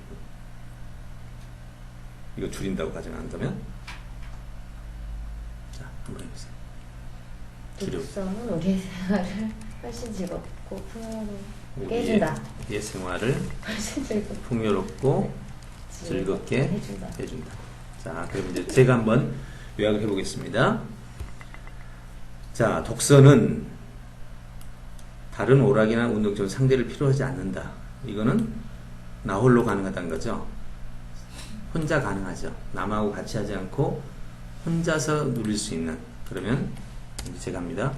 혼자서 할 수 있는 이라는 개념이 하나 살아있어요. 그 다음에 즐거움을 맛볼 수 있다. 이건 즐겁게라는 말과 같이 즐거움을 위해 노력한다면 그럼 이 즐거움이 뭐예요? 요거죠. 이 즐거움을 위해 노력한다면 그럼 이 노력이 무슨 노력이에요? 독서한다는 노력이잖아요. 그러면 노력한다면 이게 오는 거죠. 그럼 독서가 이걸 주는 거예요? 노력이 이걸 주는 거예요? 그렇죠. 노력이죠. 그러니까 예, 여긴 잘못 간 거죠. 이거 안 보이면 이건 선생님들 할 수 없는 거예요. 이건 안 보이는 건 그냥 끝나는 거예요. 예. 그럼 이걸 합치면 독서의 노력이란 말이에요. 그럼 이거를 다시 하면 여기 밑에서 바꿔서 독서의 노력이라고 그러는데 이거보다는 훨씬 좋은 말이 독서 활동이란 말이에요. 그렇죠? 독서의 노력보다는 독서 활동은 뭘 줘요? 우리에게 즐겁고 풍요로운 독서 활동은 우리의 생활을 즐겁고 풍요롭게 만들죠. 이렇게 만든다. 그럼 이제 요건 없애버리고 요게 사라져야 되죠. 다른 사람을 필요하지 않고 이런 것처럼 필요하지 않고 혼자 조용히 맛볼 수 있는 혼자서 즐거움을 누릴 수 있는 독서 활동은 이렇게 되면 자 보세요. 이제 요약 검산을 해보겠습니다. 자 검산입니다. 독서는 다른 오락이나 상대를 필요하지 않아서 혼자서 즐거움을 누릴 수 있는 노력한다면 활동은 독서와 활동이 만났습니다. 우리의 생활을 즐겁게 풍요롭게 만든다. 여기 있는 단어 중에 단 한 단어라도 여기 안 들어간 게 있나요? 이게 요약이에요. 정말 중요한 거예요. 자, 그럼 이제 하나만 더 봅시다. 자, 여기 보세요. 잘 보이죠? 자, 이게 단락입니다. 자, 이 단락 주제문을 자 빨리 적어보세요. 이제 우리 여기 생각나는 주제문.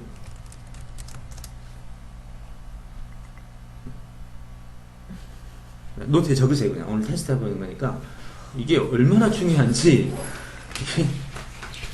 왜 이런 교육과 기술을 보고 교육장에서부터 우리나라 이어령 선생님부터 모든 분들이 막 그냥 여기를 마치 국가혁명, 교육혁명이라고 부르는지 이유를 알 거예요. 자, 주제문을 한 문장으로 써보세요.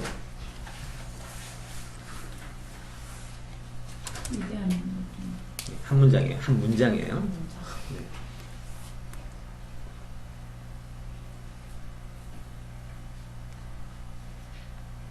자, 얼른 써놓고 제가 풀어가겠습니다. 그래야 여러분 비교가 돼요.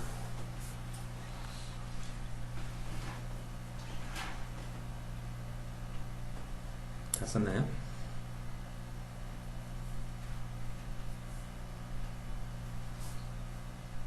자, 맞고 틀리고를 떠나서 무조건 써야 돼. 한 문장을. 그래 놓고 봅시다.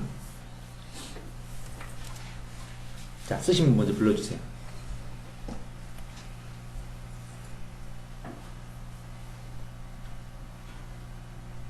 위대한 공자, 작가, 예수님. 네, 자, 썼어요? 오늘 써야 돼. 무조건 써야 돼요. 읽어야지 내일 봐야지. 네, 지금 빨리 읽고 쓰세요. 자, 어차피 여러분 지금 기술적으로 잘 못해요. 기술적으로 하는 게 쉽지 않기 때문에 이게 지금 전국에 이렇게 난리가 난 거예요. 교육에. 그냥 여러분 하던 대로 그냥 한번 해봐요.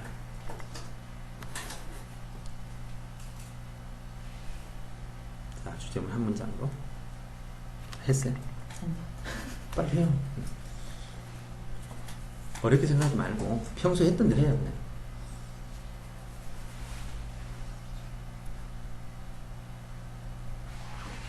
한 문장 적기 이렇게 어려워요. 그렇죠? 이러니 애들이 얼마나 어렵겠어요. 우리 대학까지 다 졸업하고도 이러는데. 자, 됐어요? 됐어요? 자, 적어봐. 이제 시간이 다 됐어요. 이제 적어야 돼, 무조건. 이게 시험 시간이 딱 정해졌잖아요. 이게 그 시간 안에 못하는 거게 돼버려. 그러니까 틀려도 적으셔야 돼. 자, 적어보세요.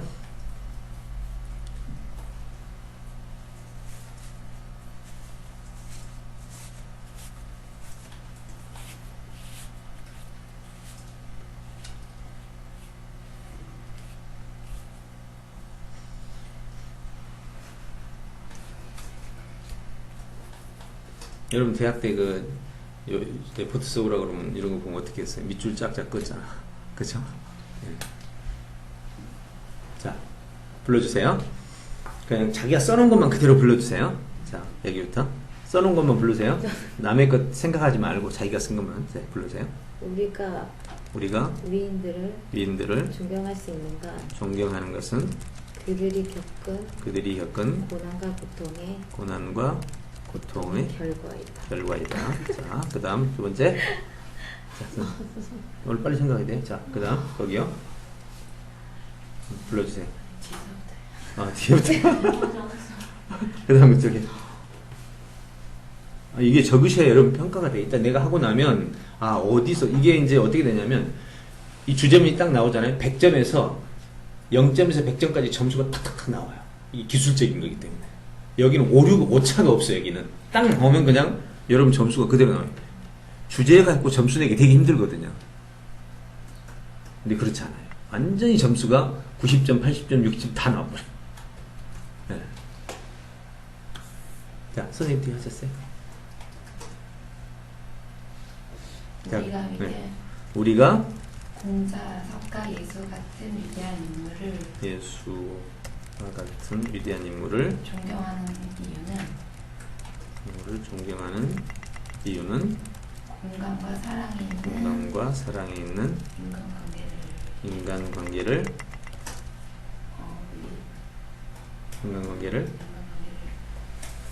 위했기 때문이다. 자, 이제 해보겠습니다. 한번 보시고요. 했어요? 자, 세 번째. 했어요? 자, 그럼 갑니다. 자, 보세요. 어떻게 주제를 찾아가는지 보세요. 제일 먼저 이런 문장을 속성 파악을 한다고 그래요. 속성 파악이라는 말은 이 이야기 핵심이라는 뜻이에요. 자, 존경하는 이유가 뭐냐? 봉사를 가르쳐 줬기 때문이죠. 그럼 줄여서 말하면 봉사 때문에 봉사를 가르쳐준 이유로 인한 존경의 이유는 봉사의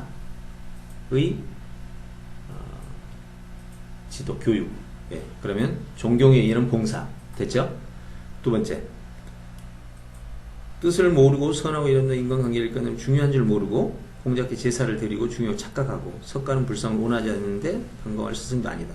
여기는 뭔가 이걸 가르쳐줬는데 우리는 그것을 모르고 엉뚱한 짓을 하고 있는 거죠. 예, 엉뚱한 짓을 그분들의 가르침에 부합하지 않는 어떤 행동을 하는 우리들, 성인들의 가르침의 핵심을 모르는 우리들. 여기는 성인들은 여기서 공감과 사랑이 있는 인간관계, 이건 뭐예요? 요거는 어디하고 같은 말이에요? 무슨 말이에요 이게? 봉사죠, 봉사. 그죠? 여기서 이게 지금 봉사를 가르쳐줬다는 말을 여기서 이렇게 표현해요. 그 다음에 이건 뭐예요? 아닐까요? 이게 바로 사과배감 안에, 과일 안에 사과배감이 들어가느냐 안 하느냐, 요거 지금 분류 능력이에요. 이게 안 보이면 여러분은 뭐가 중요한 줄 알 수가 없는 거예요. 자, 이 내용은 어디에 속한 거예요? 여기 있는 거예요. 여기. 지성스럽게 가르쳐줬다는 게 몸소 고난을, 어려움을, 희생을 해가면서 우리에게 가르쳐줬단 말이에요. 그러니까 봉사를 위해서 희생해가면서 우리에게 가르쳐줬어. 그러면 여기서 핵심은 그러니까 주어는 뭐가 되겠어요? 성인들이요, 우리들이에요? 주어는 뭐가 돼야 돼요, 여기서? 성인이죠? 예. 성인들은, 그럼 이제 동사로 갑시다. 바로 동사. 성인들은 동사가 둘밖에 없어요. 이다 아니면 하다야. 자, 이다 하다 중에서 성인들은 뭐뭐 이다예요, 아니면 성인들은 뭐뭐 하다예요. 뭐뭐 하게 했다, 뭐뭐 했다. 그쵸? 뭐뭐 하다 쪽이죠. 그러면 이쪽에서 하다 쪽은 지금 성인들은 고난의 길을 택했다. 요것의 상위 개념이 뭐예요? 인간관계. 이거의 상위 개념. 내 것을 받아 몸소 고난의 길을 택해서 뭐 했어요? 이걸 가르쳐 줬단 말이에요. 예. 이걸 택해서 이걸 가르쳐 줬어. 그러니까 이런 방식이 바로 이 봉사에 있는 인간관계를 위해서 요렇게 행동을 했다는 말이에요. 행동을 했어. 그러니까 지성스럽게 가르쳐, 그냥 가르쳐 준 게 아니라 지성스럽게 행동을 가르쳐 줬어요. 그래서 가르쳐 줬어요.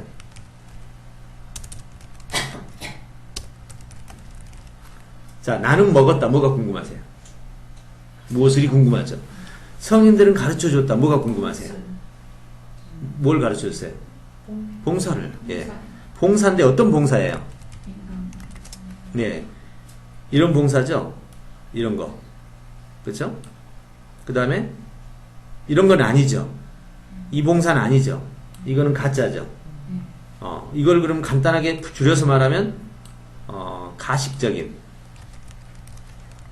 봉사가 아니라 어떤 봉사예요? 요런 봉사.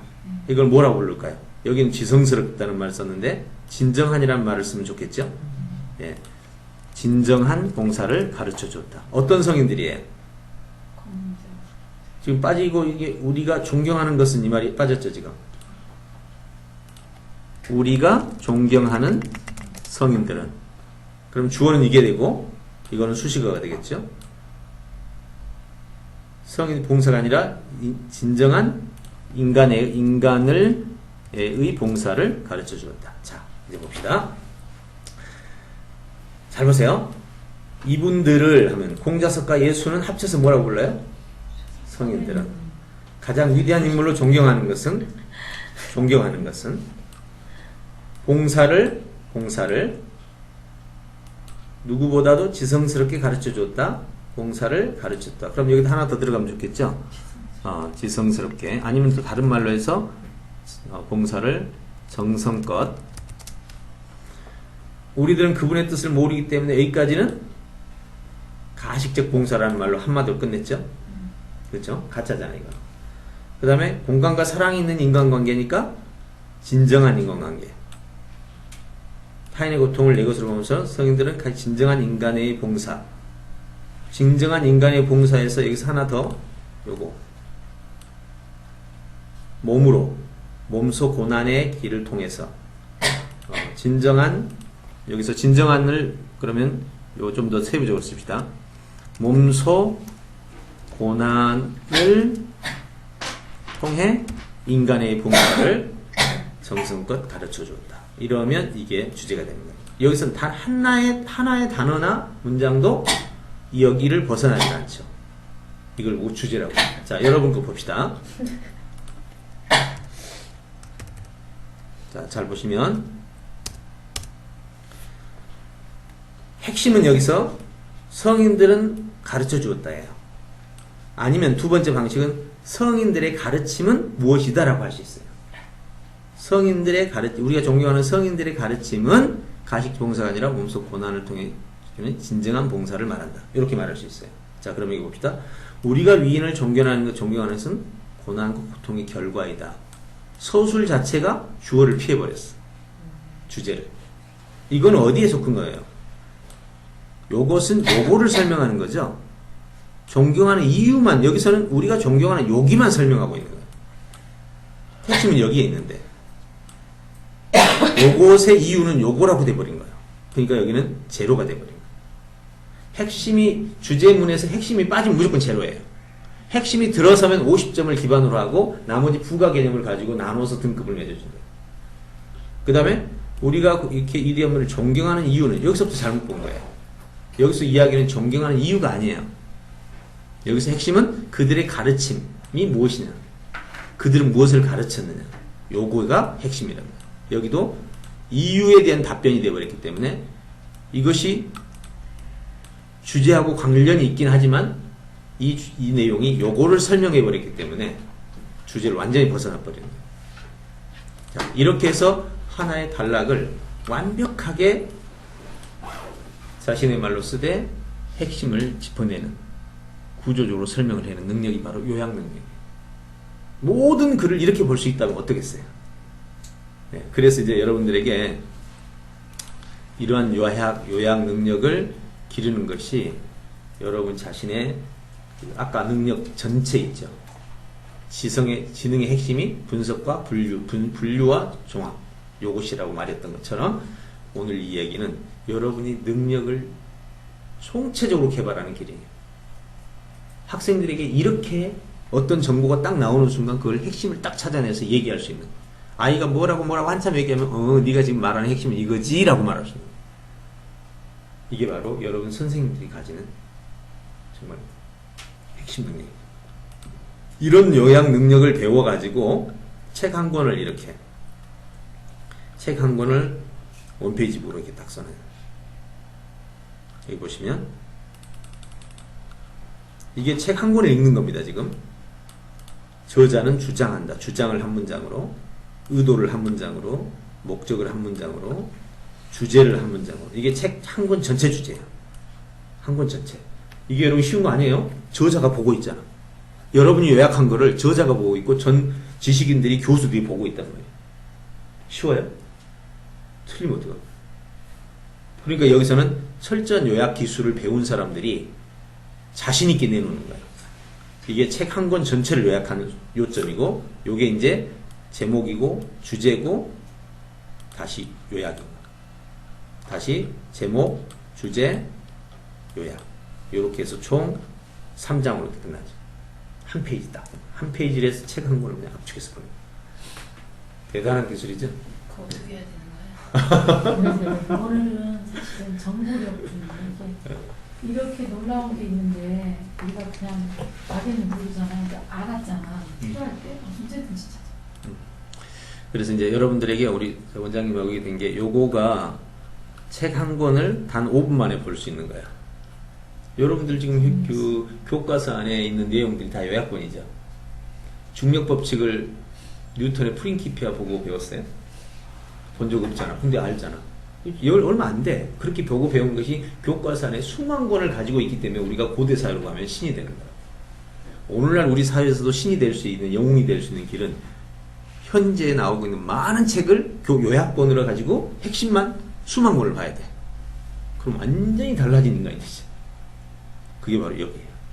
그래서 우리 원장님하고 여러분들 이거 볼 수 있도록 공급 하는 방법이 있거든요. 여러분 학원에서 이제 여기가 책을 읽는 거죠. 예. 영양에서.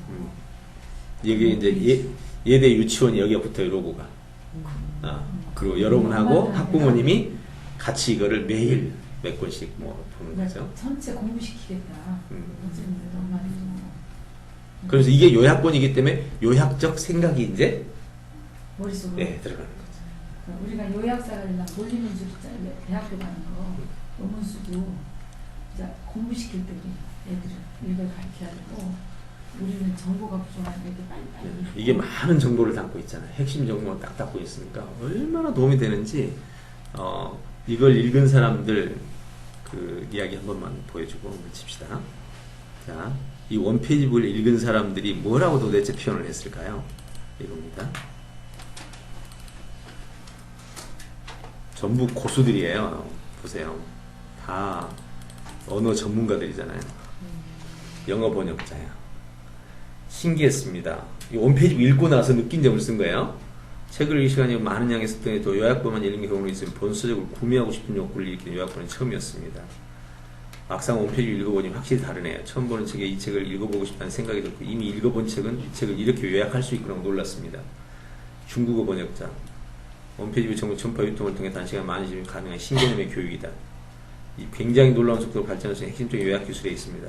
도서도 완전히 다름을 느끼게 되었습니다. 보세요. 하나의 저작물로 인식하게 되었습니다. 나의 삶의 나침반으로서 역할을 감당하는 확신마저 듭니다. 생산과 소비 개념이 완전히 되고 정보 공유의 혁명 같은 것입니다. 맛보기식의 요약이 아닙니다. 한 페이지만 읽어도 글에서 저자의 생각을 알 수 있는 정보는 엄청난 정보시대 진영 정보에 대한 목마름을 해소시킵니다. 지식의 수는 안내해 줄 것이다. 홈페이지는 그동안 어떤 지식 전달 체계도 이루지 못했던 정보 유통 시스템을 만들 것이다. 잘 요약된 책이었다. 개인이 정보 발달 속도를 따라가지 못하게 된 시점에서 홈페이지 발명은 프로메테우스가 되는 불에 비견될 만한 정보의 혁명이다. 한도 끝도 없어요. 읽은 사람들은 모두 다 그야말로 이게 도대체 신세계나 보다. 우리가 3년간 테스트를 다 하고 있거든요. 읽은 사람들. 이쯤 되면 여러분들 이게 그냥 대충 만든 것이 아니기 때문에. 자, 오늘 여기까지 여러분들에게 독서와 대해서 알아봤습니다. 오늘 수고하셨습니다.